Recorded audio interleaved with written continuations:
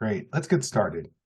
The International Parking and Mobility Institute is pleased to present this webinar titled Transportation Electrification and Smart Growth in the U.S. My name is Kenny, and I'll be your moderator for today's webinar. If you need assistance at any time during the program, please raise your hand or use the chat feature and we will assist you. Today's presentation will last 60 minutes and will include a specific question and answer period. However, you can queue up a question for us at any time during today's presentation. To enter a question through the webinar system, simply click the Q&A tab, type your question, and press enter. All registered participants will receive an archived version of this presentation in a few days. And now my pleasure to introduce our presenters, Chris Rawl, Outreach Director, Transportation for America, Corrigan Salerno, Policy Associate, Transportation for America. Chris Rawl has been with Transportation for America since 2010, originally serving as Oregon Field Organizer.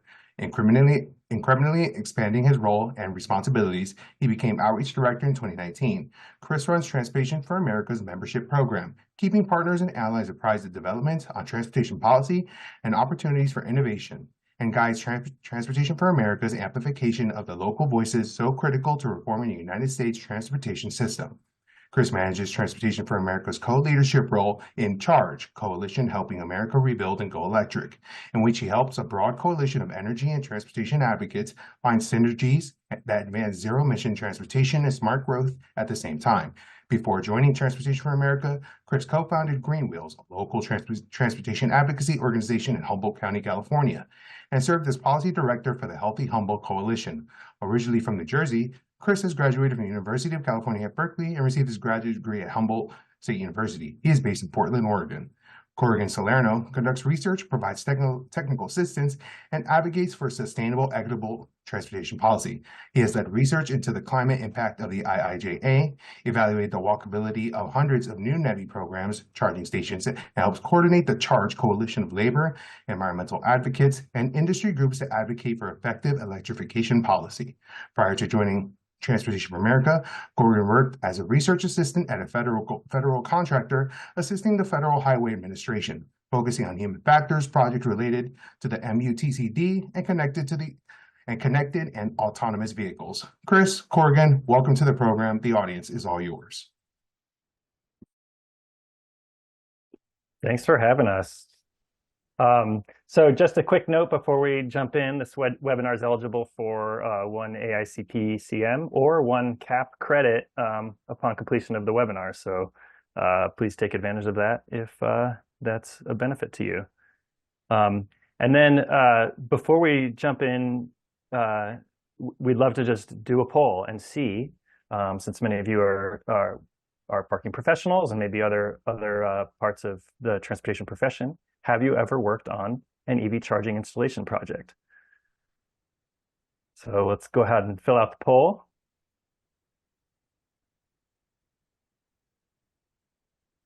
Maybe that's something as part of your parking work, or maybe in another role that you play.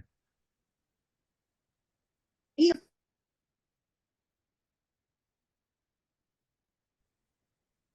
All right. Wow. So, okay, 44%. So pretty good percentage of you have actually worked directly on this. So that's great. Let's go to the next slide.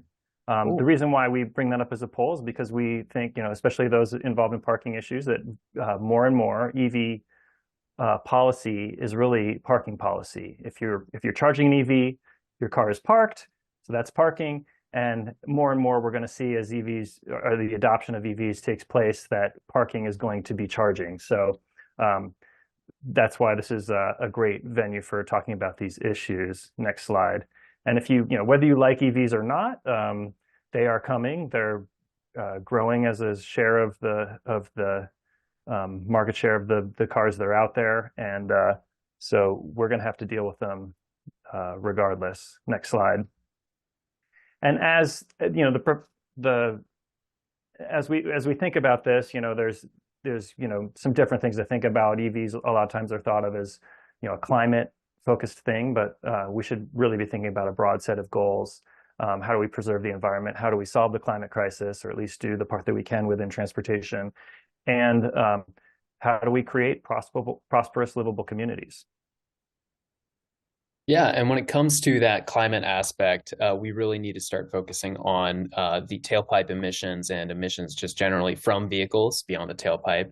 And where do those emissions tend to come from? They usually rest upon these three elements. So the efficiency of the vehicle, and that could relate to how large it is or its fuel economy in the case of a gas-powered vehicle. Its energy source, meaning if it's propane, gasoline, or an electric battery, or how much it's actually used. So the vehicle miles traveled to the vehicle. So it doesn't matter really what source of that power is, be it electricity or fuel. At the end of the day, more energy is going to end up being used the more you use that vehicle. And that directly affects the climate that we're talking about.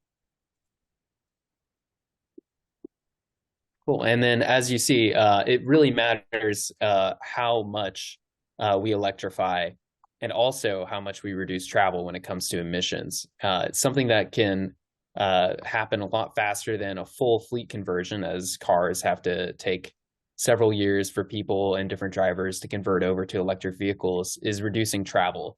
So by reducing travel, we have an option to meet our climate and emissions reductions goals much faster and in a more achievable matter if we focus on VMT reduction compared to just focusing on EV transition. But both are still necessary at the end of the day to get to that 100% emissions reduction target in a reasonable amount of time. And the thing is, there's much more to VMT reduction than just the climate and the tailpipe emissions that I just mentioned. So wide-ranging benefits from shifting people to safer modes like transit or biking that have both crash safety benefits and public health benefits from all the additional activity. By reducing VMT, we free up more of our public space from cars to people and more activated and vibrant communities. And like I mentioned, we have the climate emissions reductions, but there's also different kinds of emissions that we could talk about, like PM 2.5, cancer-causing emissions, and also the all of that reduced travel eventually will disincentivize sprawling development patterns that we've seen so far, preserving that natural land. So how do we reduce driving or reduce vehicle miles traveled? It's on the one hand, it's simple.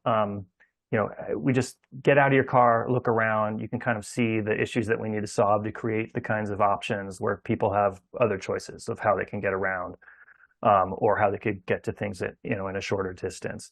But then once you start to do that, you realize it isn't simple. It's actually complex because there are so many things that we need to fix. This image is sort of a great just example of that, where you've got these huge wide roads, very difficult to make those safe for walking.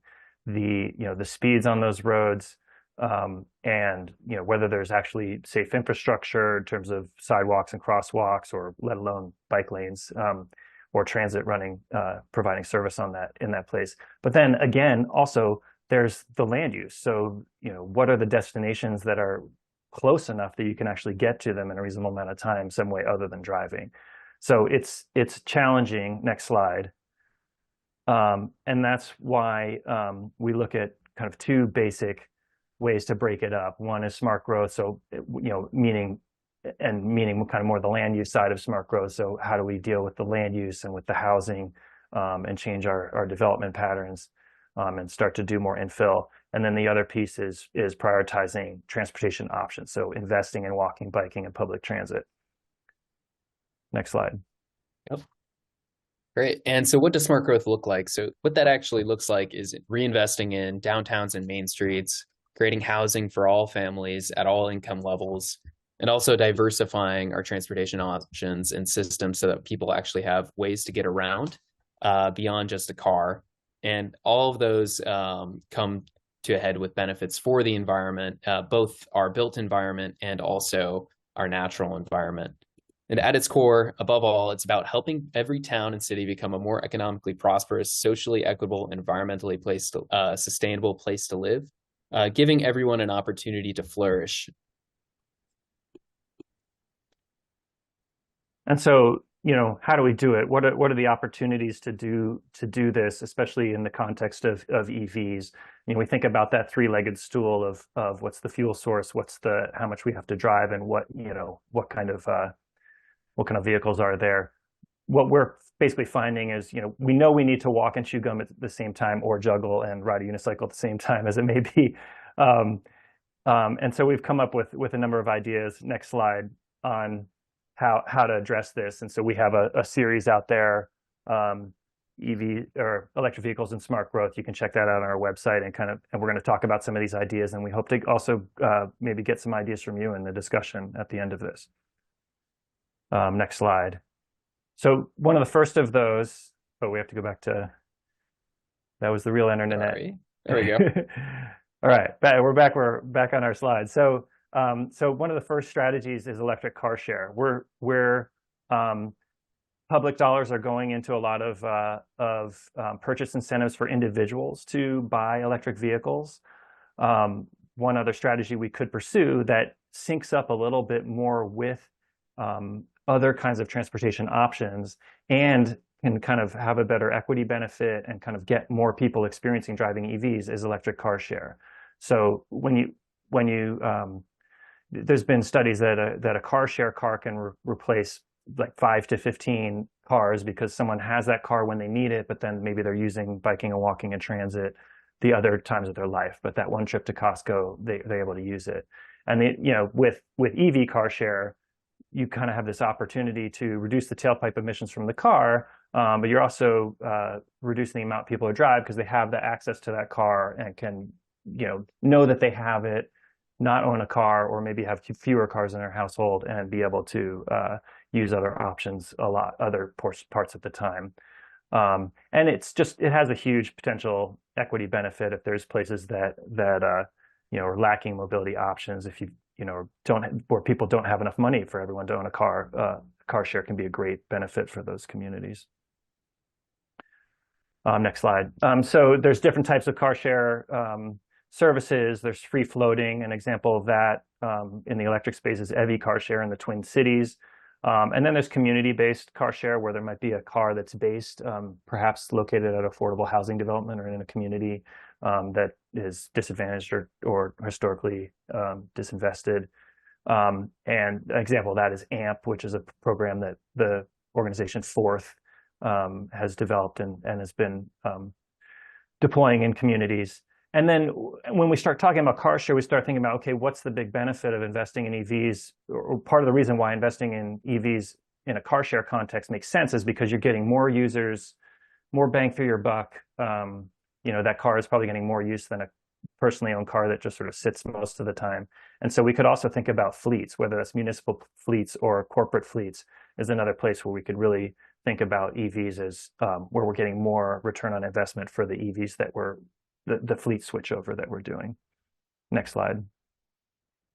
And as the fleet switches over, it's really important to consider how these vehicles are different and play differently with the built environment compared to internal combustion engines that we know of today. So as we're all probably familiar, you have to maybe fuel up your car every week or so. But with EVs, the whole pattern of usage is very different. Most of the time, people start off with about an 80% battery, and they go throughout their day without usually needing to charge. But for instances where they do need to charge, oftentimes it's only a little bit when operating in an urban environment. So it's important to know that with our siting, people tend to sit at a certain place longer.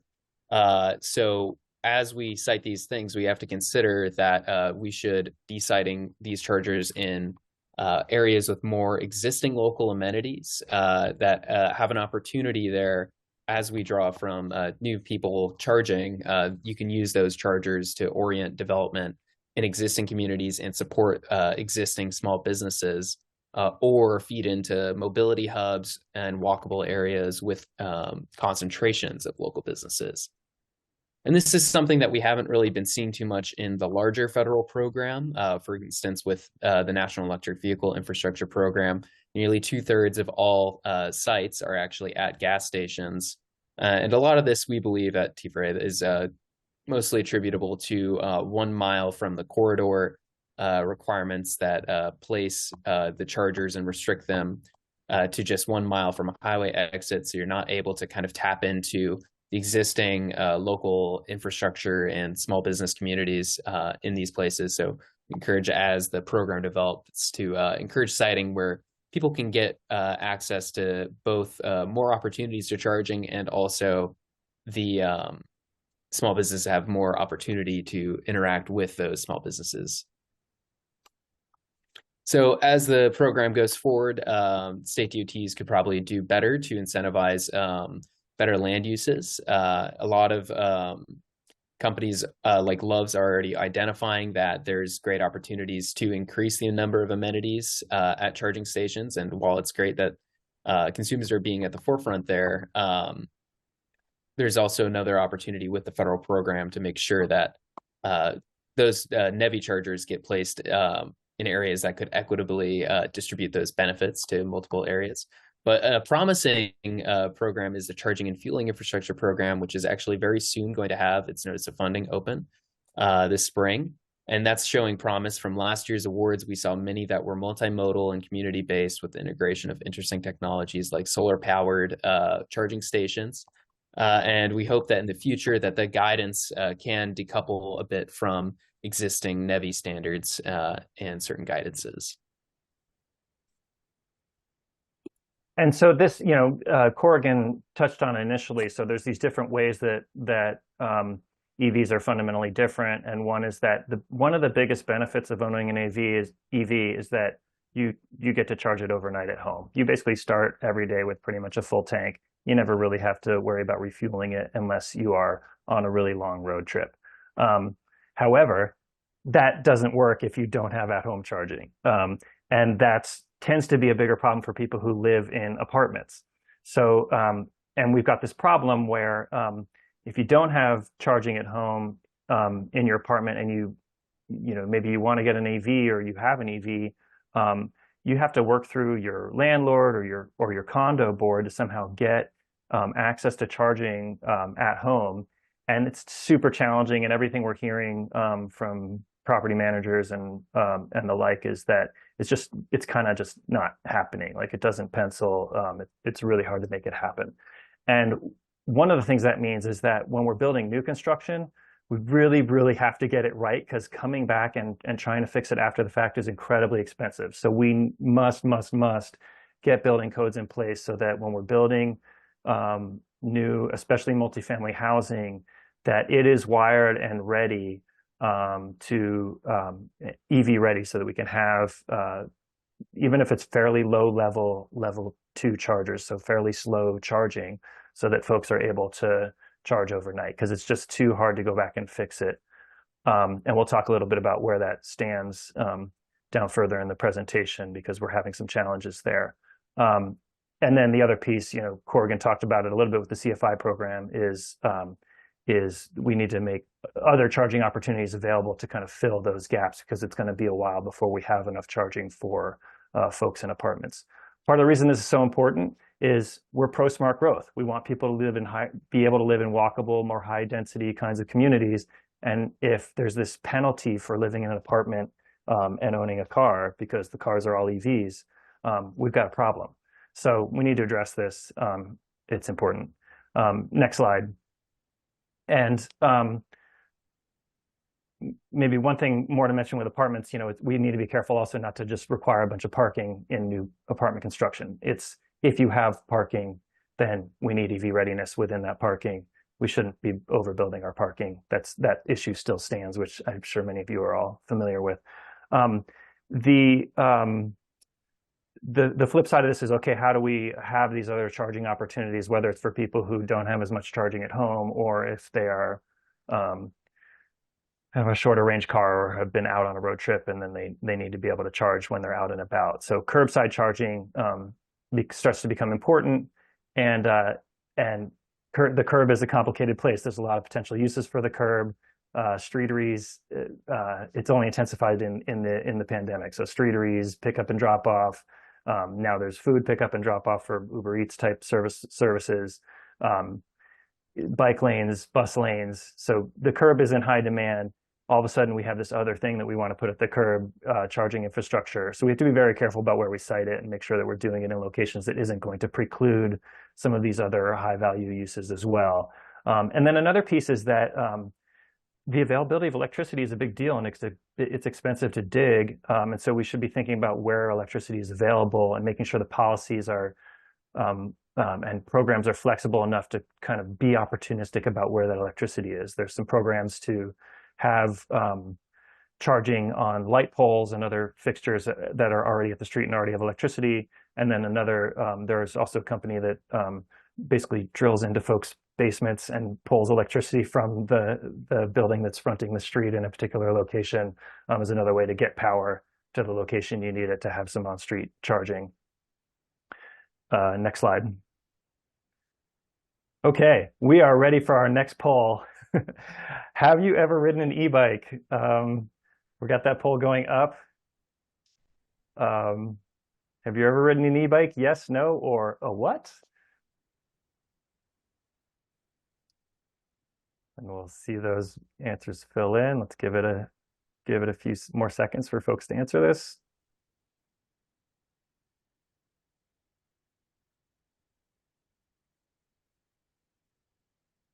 All right, we're exactly 50-50. Well, for the 50% of you who have ridden an e-bike, you're probably going to know exactly what I'm talking about here. If you haven't ridden an e-bike, I hope you get on it soon because you really need to experience it. And I'm glad that everyone knows what an e-bike is. EVs are also happening. They're actually one of the fastest growing modes of transportation, growing faster than electric cars even. And they're an incredibly powerful tool. They flatten hills, they make it easy to get around. They're very space efficient. They're extremely energy efficient. They're healthy because you're out moving and getting outside. There are a lot of options with e-bikes, including being able to have an e-cargo bike. I actually haul my teenagers around on a long tail cargo bike. So it's an amazing tool. It's pretty life-changing if you've used them, and it has a great benefit both for the environment, but also for the built environment and kind of the way we use space and safe, and not creating just more places with a lot of car traffic and everything that comes with that. So how do we advance this and keep ride the e-bike tsunami? There's a few things. Charging is sort of less important for e-bikes, although the opportunities for charging are kind of things that could potentially create multiple benefits. You don't really need anything special. You can just have a plug somewhere as long as someone brings their little cord with them. So that's a pretty straightforward thing, and really having places where people can plug in that are more publicly available can help folks who have a phone that's low on juice, or other kinds of devices they might need to plug in. So there's some opportunities there to help folks, but the bigger piece is infrastructure. People don't want to ride a bike and feel like they're going to die.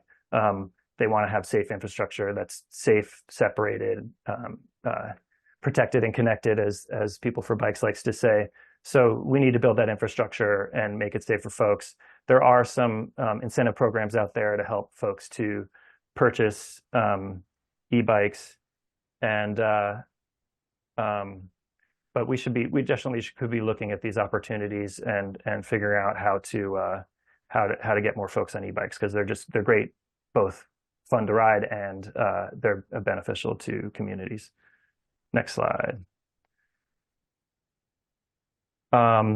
So yeah, we want to get into ways to engage. You all work in various spaces around parking and mobility, or maybe you joined from another angle, but we also want you engaged. So how do we think about these issues and advance things in a way that can really benefit our communities and benefit those goals that we talked about at the beginning of making livable communities and addressing the climate crisis? So, I mean, number one, if you're managing parking, hopefully you're working with folks and figuring out how to install chargers, figuring out the best places for them. You might work with an institution that has a fleet, and so maybe you are the fleet manager, or you're working with fleet managers to help support them in the conversion of that fleet to electric vehicles. One of the things that we hear every day from anyone involved in these issues is you got to talk to your utilities. The availability of electricity and electric infrastructure in order to serve chargers is just a really big deal. It gets built very slowly, and so you need to talk early because it's really like a 3-year timeline to get power to new places. So planning ahead and getting on top of that is critical. And then just thinking about this concept of charger-oriented development. Where do we place these chargers? It matters to have them near where people need them, to have them in places where electricity is available, to have them in places where it's safe for someone to get out of the car and be able to walk safely and get to other things or use their time well. Next slide. Yeah, and on all these issues, there's a lot of different policy inputs that you could put your leverage onto. So for instance, there's several different federal programs open right now that I'd mentioned, between National Electric Vehicle Infrastructure Program, CFI, and then there's also state level programs. So I encourage you to take a look through your state and see how they're leveraging EV transition, if there's any way you could plug in from more of a smart growth angle. There's also different pending opportunities right now with building standards, Chris had mentioned, with EVs in apartments. There's pending action there at the International Codes Council. And there's also an opportunity to help develop out standards at the federal level, and also encourage your state to adopt more EV-friendly codes that are listed in the appendix of some of the new International Codes Council building codes that have just been approved. There's also, with state and local plans, EV car share that we had mentioned earlier. That is a cooperation between the Minneapolis-St. Paul area MPO and a nonprofit to operate that car share program. So those state and local plans to deploy these programs are very important. There's also the e-bike incentives and bike infrastructure, thinking beyond just charging to get more VMT reduction out of the EV transition and maximize the use of e-bikes. There are a lot of different programs out now that focus primarily on safe bike infrastructure. For instance, thinking about the Safe Streets and Roads for All program, that could be leveraged by your institutions, and helping out with that to make sure that bike connections, EV connections, and those multimodal interfaces actually work together. And then finally, there's also bike share, which is a municipal, oftentimes, strategy that helps really give people a lot of options, especially for people who are using transit as a connective tool to really get out of that last mile. And now we're also seeing a lot of e-bikes being integrated into those bike shares, and there's been enormous boosts to ridership because of that. So there also another opportunity to engage is the Charge Coalition. So that's actually what we had mentioned in our bios. So the Charge, or the Coalition Helping America Rebuild and Go Electric, it's a coalition of advocates from across industry, environment, labor, and also transit advocates, looking for ways to push the EV transition forward in a way that's smarter, more multimodal, and reduces emissions in all the ways that we can. So that's our website right there. Encourage you to check it out. We're putting out new reports soon on EV transitions, job creation in Georgia, for instance. So we're working across the board with them, and I encourage you to check it out. So also on top of the NEVI and CFI opportunities that I mentioned, there is a federal grant open right now that's actually a great opportunity to tackle those smart growth and EV intersections. So for instance, there's now the Communities Taking Charge Accelerator that just opened from the Joint Office of Energy and Transportation. That's $54 million to address 3 different types of challenges. So solving for no home charging. So for apartment dwellers, this would be an opportunity to explore ways that we can find charging solutions for multifamily housing, be it at the curb or other kinds of solutions. There's also expanding micromobility solutions or e-mobility solutions across the board. So that includes micromobility, but it also goes up to light and medium heavy duty fleet transition and electrification plans, and finding ways to deploy that as well. And finally, there's also, interestingly, managed charging for clean, reliable energy. As some of you might be familiar, since you've worked on some of these projects, energy demand is a big issue at EV charging sites.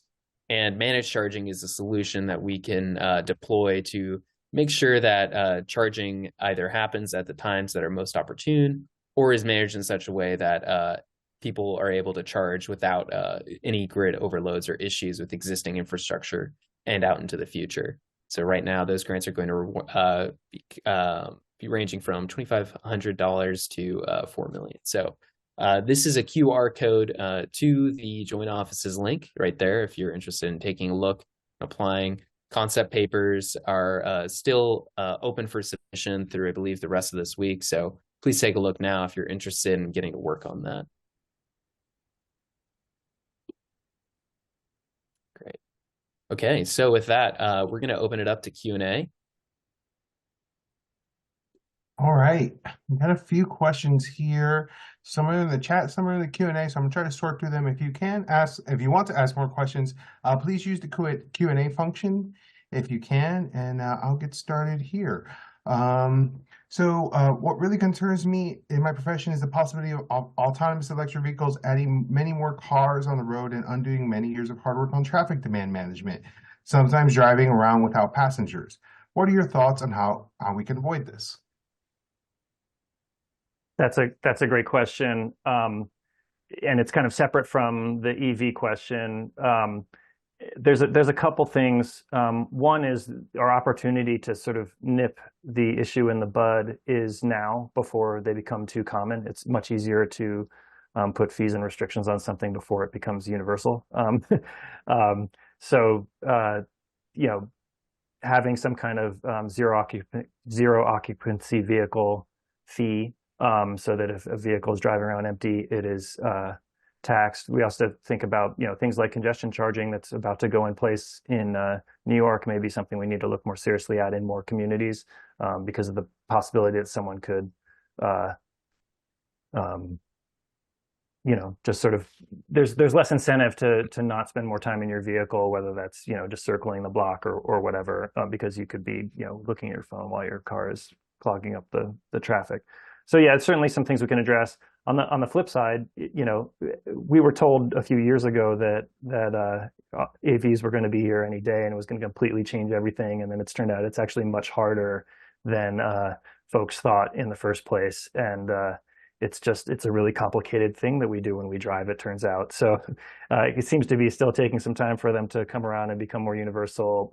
There's actually people in the background driving them a lot of the time. They're not really as autonomous as you might think. So yeah, we do need to kind of address it. Also, for whatever reason, it's taking longer for it to become the Armageddon that maybe we thought could be coming a few years ago. Corrigan, do you have anything to add to that?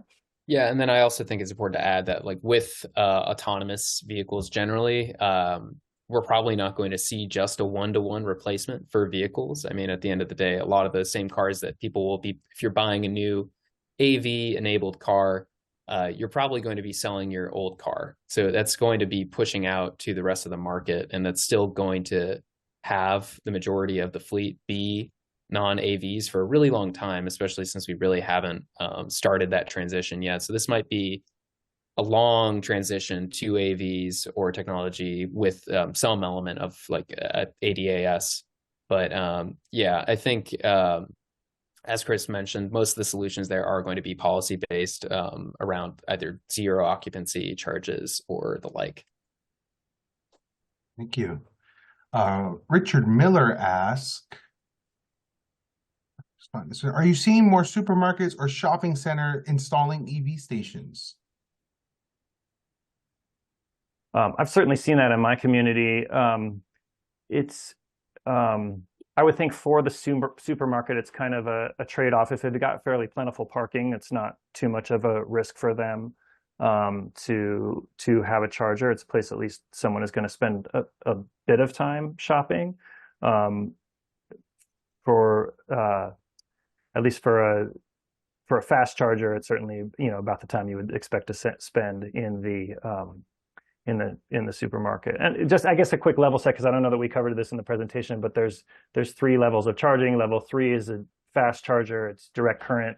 There are different levels within each of these, but that's generally 20 minutes, maybe a little bit more, to more or less bring your car up to 80%. There's level 2 charging, which is kind of overnight, but it could be a little bit faster, kind of 4 to 5 hours to charge up a car. And then level 1 is just a regular plug, and those kind of sometimes people call those a trickle charger, and that if you have a very small battery, it could charge up overnight. If you're not driving very much each day, it's actually can be enough for some folks. But so then when we talk about like what chargers we're seeing in a given location, thinking about what kind of charger it actually is and how folks are going to use it is really important. But yeah, I've been seeing chargers in supermarkets. I think it probably makes good business sense for supermarkets, especially for fast chargers, but potentially also for level 2. It's just that they might see someone park there, do their grocery shopping, but maybe do some other shopping elsewhere that the grocery store isn't necessarily going to benefit from. Yeah, and we're seeing a lot of them actually pop up at federal award sites for NEVI. It's obviously the majority is still going to gas stations, but some of them near highways, I think people selecting sites at state DOTs kind of realize the importance of siting at places like those shopping centers and supermarkets, just because one, people have an opportunity to trip chain there. And there's also all those different smaller businesses that often surround grocery stores. So we're seeing more of it. I think we're probably going to be seeing more EV chargers really in a lot of land use contexts too. I think the Joint Office had forecast something like 300,000 on average, like EV chargers needed in urban areas, just something more proportionally larger in those urbanized areas, like that would refer to like shopping malls, for instance. Understood. The wall asks, some of the free chargers provided in California near Yosemite are level 1 chargers that may take up to 6 to 8 hours to charge the car. Is there any guidance to just place level 2 or level 3 chargers for community charging stations? Rental car companies are also updating their fleets to EVs, which increase the need for fast community charging stations. Lastly, how are governments going to tax EV vehicles for road usage? Okay, these are 3 really good questions, so we should try to take them one at a time. For the level of charging and what the site, I think I've already talked about that a little bit. You really got to think about what's the thing the person's going to be doing there. Are they on a road trip where they're trying to just get charged up as quickly as possible and then get on their way, or is their vehicle going to be parked for a while? So generally, charging that's at work or at home can be level 1 or level 2. I mean, I think a lot of people would push for level 2, but I've also heard that level 1, particularly if you have a smaller battery, folks can get by. And if they're on a road trip, they need level 3. They need a fast charger. I think for national parks, depending on sort of the way that you're visiting the park, if you are going to just park once, and I know in Yosemite they have like a circulator bus, so if you're able to park once and then circulate around and be leaving your vehicle there, then sure, that can work to just have it located in a place. And I'm sure also that in Yosemite is an issue with how much electricity they can actually have access to and how much they want to be digging huge trenches through a national park to get electricity, depending on the location. So yeah, it's just context dependent. I'm not sure, Corrigan, are you aware of any like the best guidance to point people towards on that, besides just sort of common sense at this stage? I think that a lot of that's still developing, and it might be really an open question. So yeah, I think a lot of it does defer to your best guess and also the volume of the road, that sort of thing. Okay, so that's question 1. Question 2 is rental, and I have some strong opinions about this, but not necessarily completely informed. I think there's some work that we need to do to talk to rental car companies to sort of understand a little bit better why they're doing things the way they are. But the general sense I get with rental cars and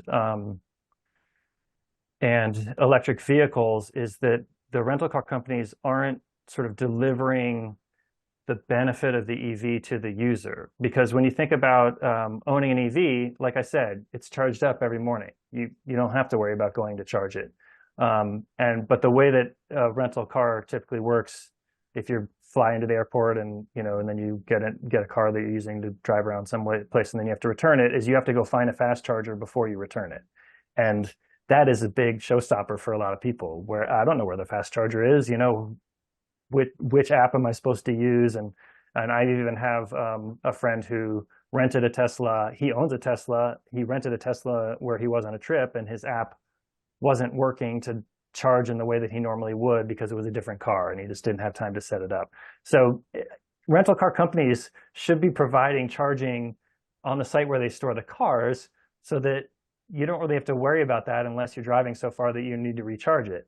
And so that's, I think, a missed opportunity for them, and maybe a reason why we're seeing more in the car share space, because it has to be sort of built into how car share is working. Either the car lives at a spot where it has a level 2 charger, or if it's free floating, in the case of the EVI car share program in the Twin Cities, they have these locations where they're chargers where you're encouraged and incentivized to leave the car each time so that it's just kind of always somewhere charging. So I think there's sort of a missed opportunity there where, yeah, we end up needing these fast chargers for rental cars, but it's mainly because of the way that they are approaching it. And I know that Hertz, I'm seeing a comment about Hertz in here that I can't quite read the whole thing, but I know that Hertz was cutting back on the number of electric cars they were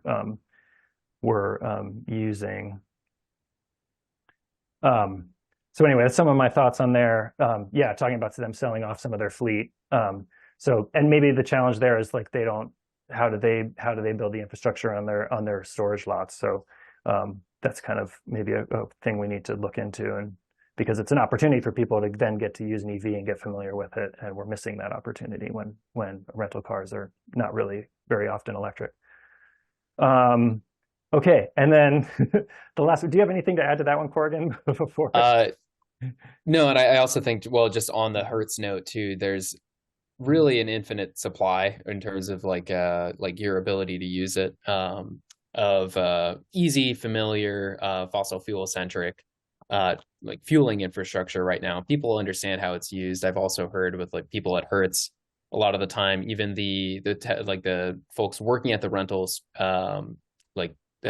spots didn't really understand how they were supposed to be charging or anything like that. So I think there might have been just sort of a gap between, one, how much infrastructure is there, and then kind of the understanding of how to actually use it and deploy it. So there's that. But then also just getting that last part of this big three-part question. So how are governments going to tax EV vehicles for road usage? That's an open question still.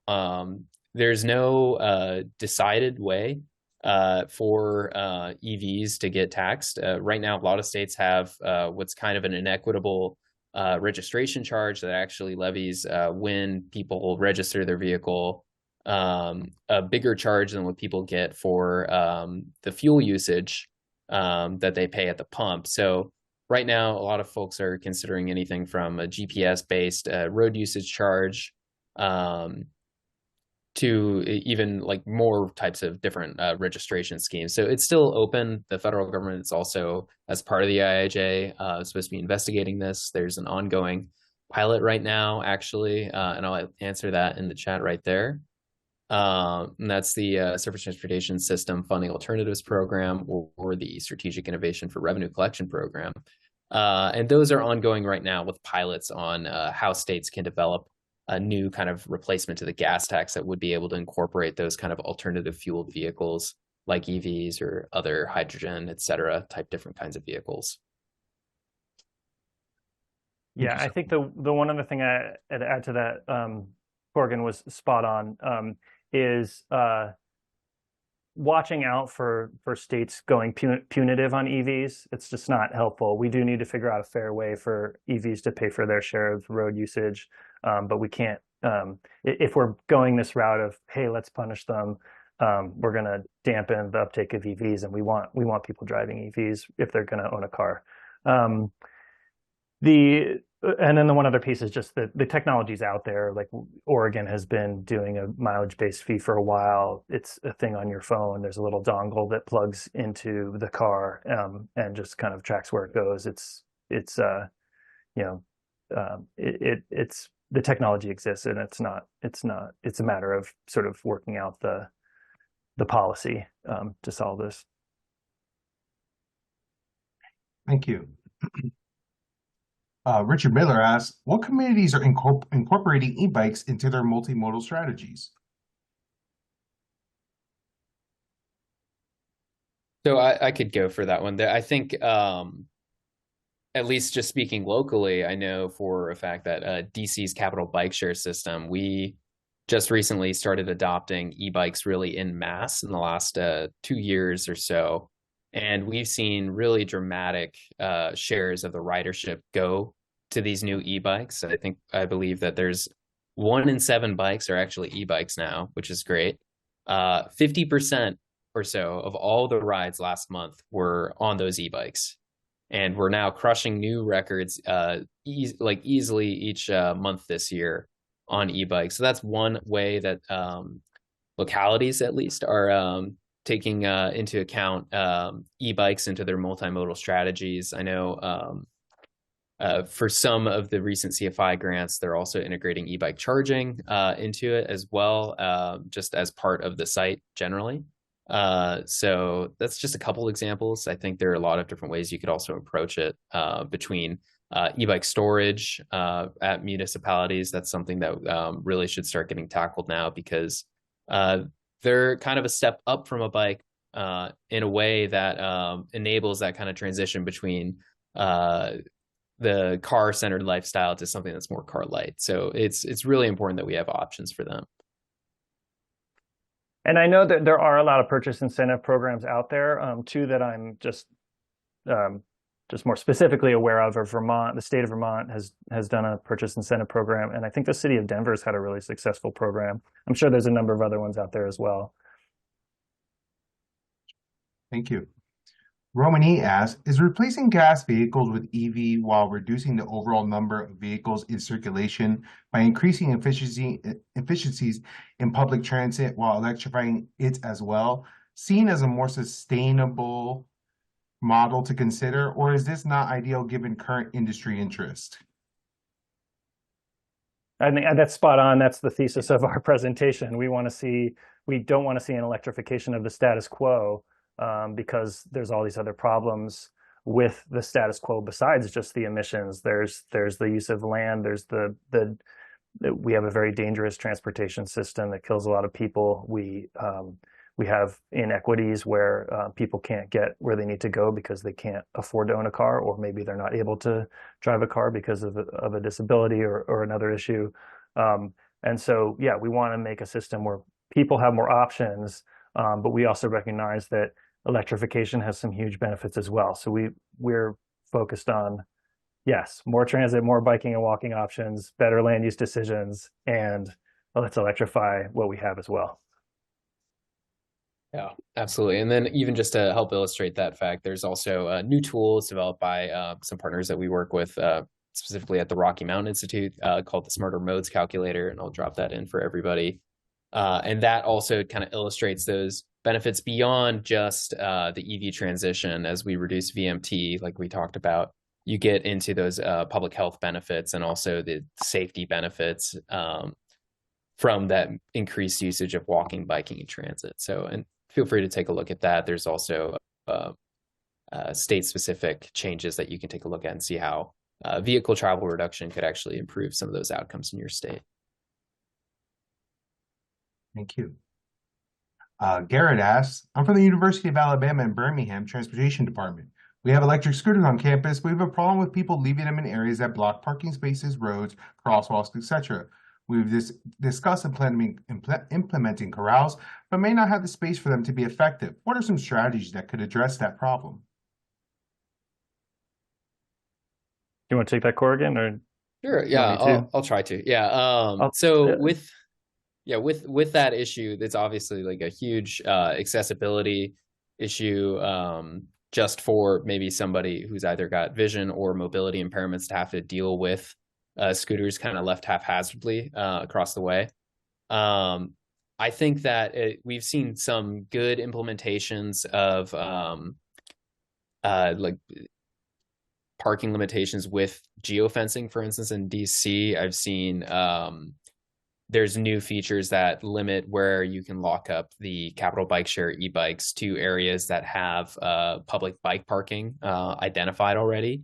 So an inventory of that and then geofencing your shared networks to that could be one way to do that without designating new space for corrals. But in terms of space for corrals, I think there's usually a lot more space than what people are actually thinking of. I mean, one parking space If you turn that into an e-bike or e-scooter corral, that's about 10 any of those small micro mobility devices that you could fit into that same space that could have fit one car. So depending on the usage and of course like the context of the site where you'd consider that corral, that could be a pretty viable solution to kind of get around that problem. And also a lot of that does come in to account with the city's relationship with the bike share and however they might be able to figure out a solution with them independently as well. Yeah, and I think one thing I would add is so cities typically have policies for how they manage scooter and bike share, and so they need to set those up well to create incentives so that the vendor is holding the user accountable and making sure that they're parked in safe locations. And so what I've seen is, folks are required to snap a picture of where they left the scooter as part of their use of the app, and that's because the vendor is going to be held accountable and is going to be, fined in some way if they are seen to be having too many of their scooters left in places that are unsafe or blocking accessibility. Thank you. Krishna asks, I would like to know if you have any good examples of rural areas, less than 5,000 in population, that install charging stations. If so, I'd like to know about their coordination efforts, as in who are they working with and how are they selling the idea? I wouldn't be able to give you specifics, but I think that looking at both the NEVI program that Corrigan talked about and the CFI corridor grants, which are both federal funded opportunities to get DC fast chargers into places that are along corridors to provide long distance travelers with fast charging so that they can, kind of get charged up and be on their way, are huge opportunities to figure out how your rural community could benefit, both from bringing in customers, making sure that, rather than have that NEVI charger be at the truck stop out by the highway, if it could be by your main street in your small town, then your pizza place and your little coffee shop get a little more business and a little boost and are going to be stronger. It gives the traveler a better experience and they get to see your town. And if you own an EV and you live in that town, now you've got a charger that you can use if you need it. For some reason you live in a place where you don't have charging. So I think, for a lot of rural communities, you're going to be able to charge at home, but there's a big benefit in economic development of bringing people to the right place in your community where they can really patronize locally owned small businesses and support your rural local economy. Frank asks, there's a big push for organizations to move towards electric vehicle for their fleet. Who have you seen begin this process, and what would you say is the most important step to take when looking to implement electric vehicles for your fleet? That's a great question. Yeah, I don't know that there's a one thing. You're going to need the charging infrastructure, and so that's probably a huge piece to think about. Otherwise, it's like the vehicles that serve the needs of your fleet. I think there's probably a lot of opportunity for having electric bikes as part of your fleet. There's probably a lot of things that can be done where you're using cars now, where electric bikes could get folks to the places they need to go to do the things they need to do. So those are probably the three things I would think about. Corrigan, do you have anything else to add? No. I can leave that with you. Yeah. I don't have much of a fleet transition background, so. Thank you. We have time for a few more questions here. What's the business model for fleet e-bike use? I see e-bikes scattered all over a business area and nowhere close to known charging sites. Ask John M. Yeah, so with e-bikes, if we're talking about the shared e-bikes, a lot of the time how they're charged currently, companies have to kind of pick them up with either a van or something like that if they're out of a site.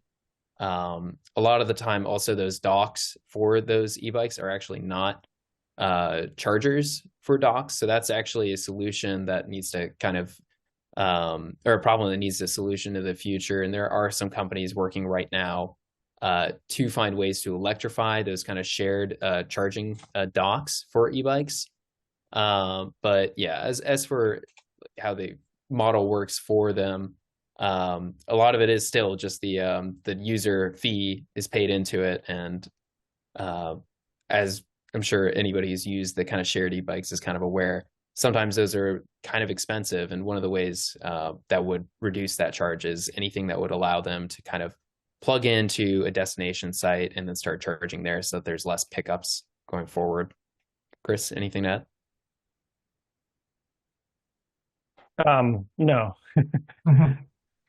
And just to piggyback off that question, Danielle asked, what are you referring to as e-bikes? Are you including electrified scooters, i.e. Bird, Lime, Vio, etc.? I mean, I sort of have a personal opinion about scooters that they scare me a little bit. They have a small front wheel, and they, if you hit a pothole, you're going to go down in your face, versus, the design of bicycles. Actually, when they changed from high wheelers, if you can picture the giant wheeled bikes with the tiny wheel in the back, when they changed from that to like 2 equal sized wheels, they called it the safety bicycle, because a bike is relatively safe. You have to hit something really big to go over the handlebars. They kind of work a little bit better from that perspective. But that said, like beside putting that aside, like both types of vehicles provide, very similar benefits in terms of being space efficient, getting you outside, and not being clean and all that. Yeah, for the most part, we're referring to small things that are electrified with 2 wheels. So yeah, we could include them in that for sure, because really it's all served by the same infrastructure. At the end of the day, if we have safe infrastructure for e-bikes, you've got safe infrastructure for those scooters. And I think I noticed another comment earlier just about the city of Anaheim. So having been from Anaheim, it's not exactly the most e or plain bike friendly community out there, and a lot of the reason why you probably saw some folks riding their bicycles on sidewalks is because the infrastructure for micromobility of all kinds, be it electrified bikes, electrified scooters, or just plain bikes, just wasn't there. And a lot of the time people will go for that separated infrastructure like the sidewalk because it feels safer. And unfortunately, when you have e-bikes that can reach really high speeds versus normal bikes and also pedestrians that are more human scale speed, you're left with that conflict. But that could be solved by really just investing in protected, separated bike lanes with enough room for people to overtake, pick up speed, that sort of thing, while being safe from more vehicular traffic. Thank you. We have time for one last question here. Is there any discussion about solar, wind, etc. being used for charging stations? So that's a piece of the puzzle of, as we transition to EVs, the biggest benefit we're going to get from it is also if we're transitioning the grid to renewables. One of the things about renewables is if they are solar and wind, depending on how they're deployed, can use up a lot of land. And, in some cases they can be integrated with other things. Solar can be on roofs, and wind can be, placed in ways where you also have agriculture sort of happening underneath it. But the point is that the more we can transition in a way where we're also shifting the status quo to people being able to drive less, to not needing as many cars, that's going to cut back on our demand for how much new electricity we've got to bring online. And it's going to also cut back on the sort of critical minerals that we need to mine to build these cars. So there's some other benefits to this, not electrifying the status quo and actually really taking a smart growth lens to all of this. I think I covered the question. Great. Thank you so much. I hope so. And thank you to everybody for those great questions at this time. And I'll ask our presenters for any final thoughts today. Well, one thing I want to say is I can see there's a really robust discussion in the chat, and I haven't been able to follow everything there. And so I'm hoping that we can save that and take a look at it, because part of what we're hoping to do is just generate ideas from you all. We have some thoughts on how to put this smart growth lens on the EV transition, but I'm sure all you have a lot of ideas as well. And so I'm looking forward to looking through that. And yeah, just appreciate folks' time and hope that we can come together and do this right. Yeah, thank you so much for the discussion, and thank you also to IPMI for having us on today. Great, yes, and as some people are asking, this webinar will be made available soon with the information shared today. So links, a QR code, and everybody could get all the information shared today within a day, and you will get a notification when that is ready. Thank you so much, everybody. And I want to, at this time, we must conclude today's program. A special thank you to Chris and Corgan for today's presentation. I also want to ask everyone if you could take a minute or two and provide feedback on this IPMI webinar by following the survey link in the chat. We appreciate your time and feedback. Thank you for joining us today. This concludes today's presentation. Bye, everybody. Thank you.